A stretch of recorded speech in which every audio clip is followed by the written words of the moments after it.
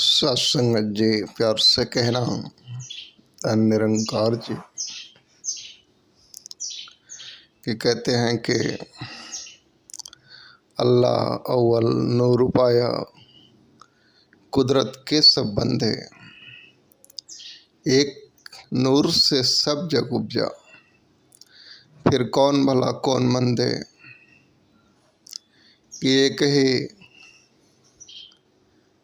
रब ने सारे जहान को बनाया, तो फिर किससे नफरत और किससे प्यार, और वो परमात्मा से प्यार करने की बात कि कहते हैं कि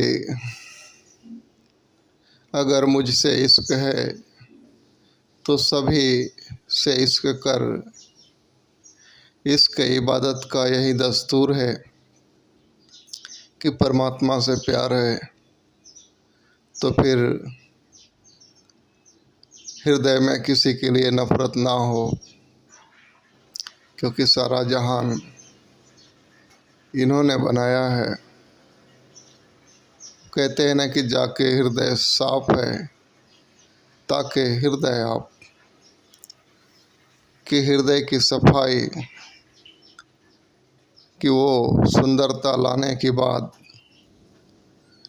कि जिसमें रब का स्थान बन पाए, ईश्वर हमारे चित्त में, हमारे हृदय में वास कर सके, ऐसा अपना चित्त और हृदय ऐसे मन की अवस्था बनाने की ज़रूरत होती है। तो ये सारी बातें जो सद्गुरु समझा रहे हैं, तो बात ये आ जाती है कि जीवन को एक शारीरिक स्तर पे ना जिया जाए, जीवन एक रूहानियत वाला हो। रूहानियत एक आत्मिक भाव से कि कोई कितना पढ़ा है, किस जाति का है, किस प्रांत से है, काला है कि गोरा है, नर है कि नारी है, कि किसी भी रूप में है, उसके अंदर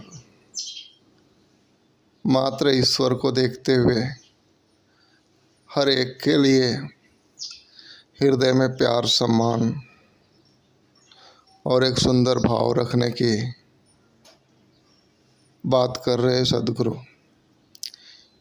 अगर शारीरिक स्तर पे ही हम फंसे रहेंगे कि ये तो फला जात का है, फला प्रांत का है, ये तो स्त्री है, हम तो पुरुष हैं, हम तो महान हैं, ये तो छोटा बच्चा है, इसको कुछ नहीं आता है, हमें सब कुछ आता है, ये तो धनवान है, ये तो निर्धन है, या इस प्रांति का है, इस जाति का है। ये सारी उलझनें जो है, ये शारीरिक लेवल पे जब जीवन जीते हैं तब ये बातें बनती हैं, और इसमें दिक्कतें बहुत है। और यही है माया की जाल, जिसमें इंसान उलझ करके रह जाता है। तो वो बात भी आती है कि कहते हैं कि आए थे फूल चुनने बागे हया में, खारों में दामन उलझा के रह गए। कि हमारा संसार में जो आना हुआ, तो मालिक का ध्यान और बंदगी करके अपने जीवन का कल्याण करना, एक प्यार मोहब्बत से जीवन जीने की बात जो सद्गुरु समझा रहे हैं कि जीवन रूहानियत वाला जिए। रूहानियत वाला जब जीवन जिएंगे तो सारे अपने ही रूप लगेंगे, सबके अंदर ईश्वर ही है। जिस तरीके से मालिक हमें चला रहा है वैसे ही सारे संसार को चला रहा है। एक ही शक्ति काम कर रही है हर एक के अंदर। तो इस तरीके से एक हर एक से प्यार, यहाँ तक कि धरती बन के अनाज उपजाए हमारे लिए, आसमान बन कर के हमारे सिर पे जो छत है जगत पे, वो सारी सूरज की रोशनी, हवाएं, ये पूरी प्राकृतिक जो है स्वयं ईश्वर है। तेना निराकार साकार तू जग के पालनहार, कि निराकार सूक्ष्म रूप में सारी सृष्टि की स्वयं ही रचना करके, स्वयं ही सारा रूप पकड़ करके सारे जगत को चला रहे हैं, जग के पालनहार। कि एक किस तरह से दुनिया की बैलेंसिंग। तो इस ज्ञान को जानने के बाद में हम पूरी तरह से समर्पण नहीं हो पा रहे हैं कि तू करता है। बात बस इतनी समझ में आ जाए कि हम शरीर में ही देखें तो नाड़ियों में रक्त बहाए कौन, हम तो नहीं बहाते। हमारे किडनी, हार्ट, फेफड़े जो कुछ भी चल रहे हैं, कौन चला रहा है? रब चला रहा है। धरती मालिक खुद बना हुआ है। बीज किसान डाल देता है, लेकिन अंदर से उगाता कौन?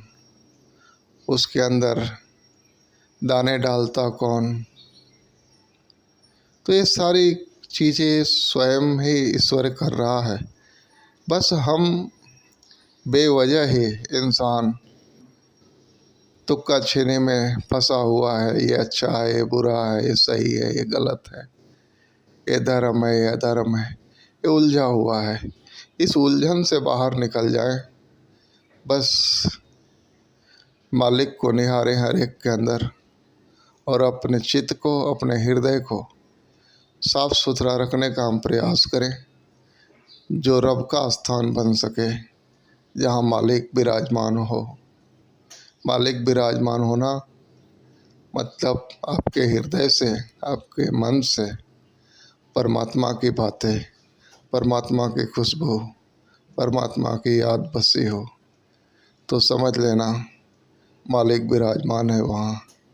अन्यथा संसार की बातें, इधर उधर की बातें अगर हृदय में और मन में स्थान ली है, आ रहा है दिमाग के अंदर, तो फिर परमात्मा विराजमान नहीं है। अपने आप को परखें हम कि हमारे मन के अंदर, हमारे हृदय के अंदर से क्या निकलता है। अगर ईश्वर की बातें, ईश्वर की खुशबू आ रही है, तो ईश्वर विराजमान है। प्यार से कहना, धन्य निरंकार।